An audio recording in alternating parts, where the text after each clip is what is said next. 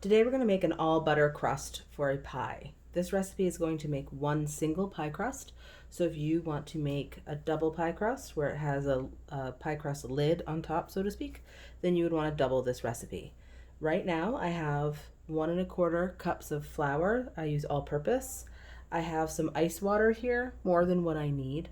And I have a stick of butter, and I have a tablespoon of sugar, which is optional depending on how you're using this pie dough. If you make a quiche, you might not want it sweet. And a 1/4 teaspoon of salt. So we're going to add that into our flour. And then what we're going to do is cut up our stick of butter. And to cut it up, we're going to cut it up into cubes. So you cut it down lengthwise. And all the way down the other way. And then you turn it around and you cut it in cubes. Anytime you want to do a dice like this, it's good to start with what's called julienne or sticks, and then you get a cube. Okay, so your butter should be nice and cold before you do this, so that you can make sure the butter doesn't melt into the flour.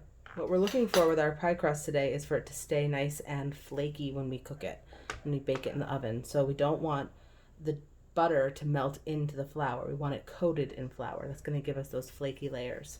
So I'm just going to give my dry ingredients a stir here. I'm going to add my butter right in. And this is a technique called cutting in. And what we're going to do is use a pastry cutter. If you don't have one of these at home, they're pretty frequently found in thrift stores, to be quite honest, because no one really knows what they're for anymore. But if you don't have one of these, you can use a couple butter knives to cut the butter in, or if you have a food processor, you can use a food processor. Just be careful with that. Make sure everything's really cold when you use a food processor, because the heat from the machine can actually warm up the butter as it's processing it. But it takes less time for sure. But this is the old-fashioned way. So what you're going to do is press your pastry blender directly into your butter. And we're just going to keep cutting around until we have pieces of butter that are no bigger than the size of a green pea. Any larger than that, you're going to find big pockets of butter when you roll it out, and unless you're turning this into some sort of rough puff pastry, really big pockets of butter will melt when you bake them and leave greasy holes or spots. So you want to make sure your butter is well incorporated, but not so minuscule that you can't see it anymore. It's going to look like coarse crumbs, slightly bigger than panko if you're familiar with the different kinds of crumbs that are out there. So we'll work our way all the way around the bowl.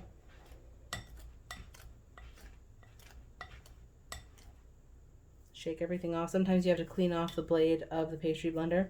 And if you're trying to see how big your pie crust, the butter pieces are, what I often do is I shake it and all the big pieces come up to the top. So then you know where you need to keep working it a little bit.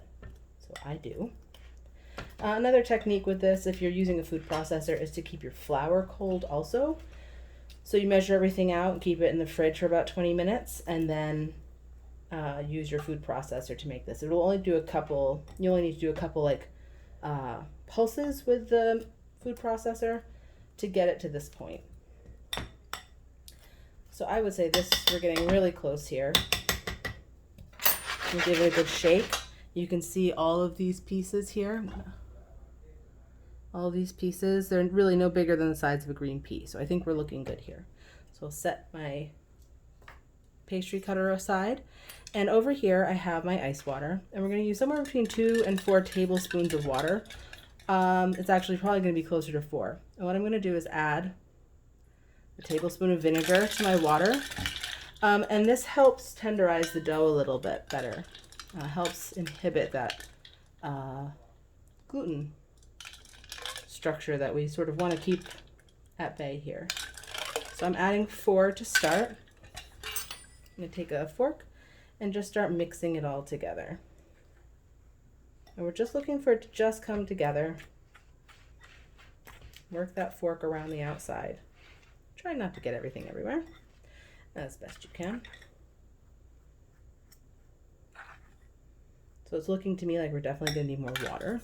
So just tip your bowl up. This is why you need to sometimes get more than the recipe calls for.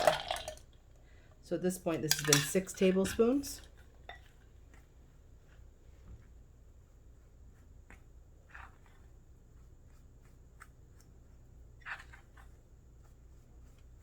And you'll notice I'm not stirring crazily. I'm sort of pushing it all together. I don't want to get in there with my hands because my hands will make it warm. Butter melts at body temperature. So the minute you start handling it, it's going to start to melt. And remember, we don't want to melt the butter into our flour mixture here. So what we're going to do is start to just feel it to see if it needs more liquid to hold it together. I'm not going to say it needs too much more, maybe another couple tablespoons. Remember, we just want it to hold together. We don't want it to be a wet mess here, but we also don't want floury crumbs everywhere. If you are using a food processor, you're going to pulse the water. You're going to pulse the machine while you're adding the water so you don't over mix it and don't overwork the gluten. We don't want tough pie crust. We want flaky pie crust, which means you get long layers of butter in between long layers of pastry. And when that butter melts away, it leaves those little buttery pockets of goodness. That's what we're looking for here with our pie crust. So you can see it's starting to look much more shaggy now. We'll give it a squeeze to see if it's all starting to hold together. I would say it's looking pretty good. I'm going to give it 1 more tablespoon of water. So you can see this is sort of a eyeballing it technique. Give that a quick stir. You would prefer it to be a little bit on the wetter side than on the drier side because it'll be easier to roll out if it has a little bit more water than you need. All right, that feels good to me. You can see all of the dry spots are gone. It's still nice and cool because I haven't really handled it too much. I'm going to take it out of my bowl. Pop it on my counter. Just give it a quick press together. And then to make it easier to roll out when we want to roll it out later, flatten it into a disc. And you want to sort of but sort of pat together all these rough edges. And that's going to help you make roll out the dough with cleaner edges later. So we have a nice round dough. We're going to wrap this up. We're going to put this in the fridge wrapped up for about 20 minutes. You can do it a couple days ahead. The vinegar is also going to keep your dough from browning or turning gray. So that helps if you want to make this ahead. And then we'll roll it out later. But that's how you make a single crust pie dough.